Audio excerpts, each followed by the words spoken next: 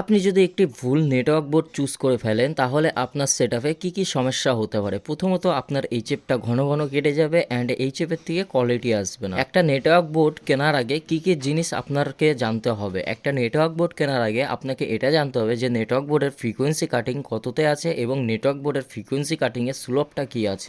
সুলভ মানে অপটিভও বলে থাকে অনেকে। তো এই যে নেটওয়ার্ক বোর্ডের ফ্রিকোয়েন্সি কাটিং কততে হওয়া উচিত এবং নেটওয়ার্ক বোর্ডের সুলভ কী থাকা উচিত সেটা আমি তোমাদের লাইভ ডেমো হিসাবে দেখিয়ে দেবো। আর ভিডিওটা যদি স্কিপ করে দেখো তাহলে তুমি কিছুই বুঝতে পারবে না। ভিডিওটা সম্পূর্ণ দেখো অ্যান্ড ভিডিওটাকে বড় স্ক্রিন করে নাও যেটাতে তোমরা পারফেক্টলি বুঝতে পারবে, কারণ এটা আমি ফোনের মাধ্যমে আপনাদের বোঝাবো যে ফ্রিকোয়েন্সিটা কিভাবে কাটিং হয়। একটা নেটওয়ার্ক বোর্ডের ফ্রিকোয়েন্সি কাটিং অ্যান্ড ওর যেটা অপটিভ থাকে তার উপর ডিপেন্ড করে নেটওয়ার্ক বোর্ডটা কতটা ভালো পারফরমেন্স আপনাকে প্রোভাইড করবে। আর এটা কিভাবে আপনাকে পারফরমেন্সটা প্রোভাইড করবে চলো সেটা আমরা দেখে নিই।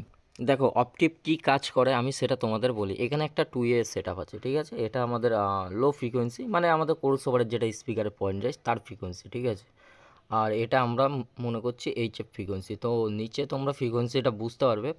ভিডিওটা তোমরা যখন দেখছো একটু বড় করে নিও তাহলে বুঝতে পারবে, যেহেতু এটা মোবাইল থেকে রেকর্ডিং।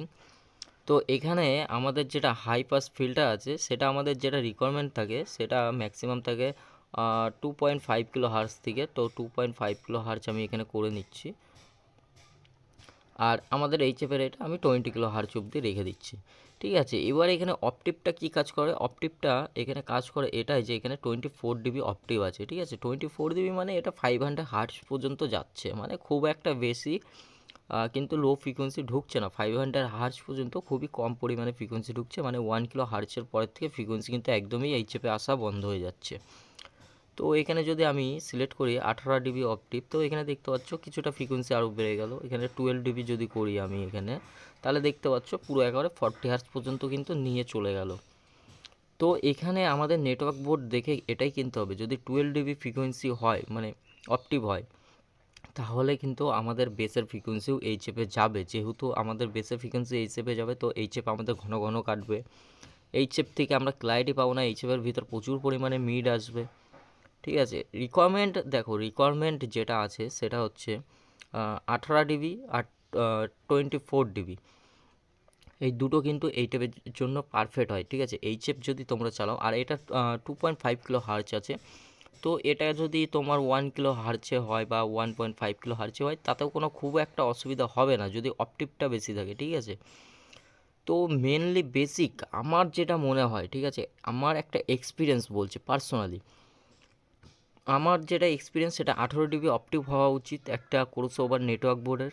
2.5 কিলো হার্চের থেকে আমাদের এটা স্টার্ট হওয়া উচিত ফ্রিকোয়েন্সি কাটিংটা, ঠিক আছে। আর 2.5 কিলো হার্চের থেকে যদি স্টার্ট হয়, এবার আমি তোমাদের বলি, এবার স্পিকারটা দেখতে পাচ্ছ, স্পিকারটাও আমি 2.5 কিলো হার্চে আমি সেট করে দিয়েছি। তো এখানে স্পিকারের যদি ফ্রিকোয়েন্সি 24 আছে, ঠিক আছে, 24 মানে এখানে দেখতে পাচ্ছ স্পিকারের ভিতর কিন্তু যেটা 5K ফ্রিকোয়েন্সি আছে, 10K ফ্রিকোয়েন্সি আছে, এগুলো কিন্তু হালকা হালকা যাবে স্পিকারে, ঠিক আছে। এখানে 24টা ঠিক আছে। 18 যদি করি আমি, এখানে যদি আমি 18 ডিবি অপটিভ করে দিই তাহলে এখানে কি হবে তোমরা দেখতে পাচ্ছ।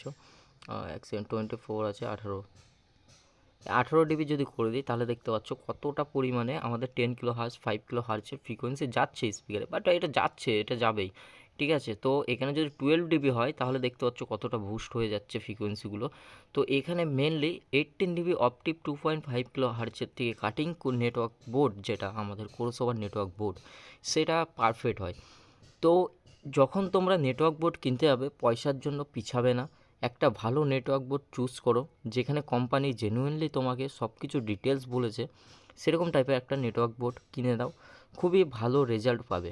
অনেকে কি করে পয়সার জন্য, ঠিক আছে, কমা নেটওয়ার্ক বোর্ড কিনে নেয়, তার অপটিভ কী আছে, তার মানে সেটা কী আছে সেটা কিছুই জানে না, কিন্তু এইচএফটা যখন বাজে, তার সেটআপটা যখন বাজে তখন এইচএফের ভিতর দিয়ে প্রচুর পরিমাণে মিড বেরোয়, এইচএফের ভিতর বেস ঢুকে যায়, যেই কারণে কিন্তু এইচএফটা ঘন ঘন উড়ে যায়। তো এই জিনিসগুলো ফলো করে তোমাদের অবশ্যই সেটআপ বানানো উচিত, না হলে তোমরা অবশ্যই পস্তাবে। তো বন্ধুরা, আশা করি ভিডিওটা ভালো লেগেছে ক্রসওভারের বিষয়ে, যেটা আমাদের প্যাসিভ ক্রসওভার, তার উপরে আমার আজকে ভিডিওটা ছিল। কেমন লেগেছে অবশ্যই কমেন্ট করে জানিও।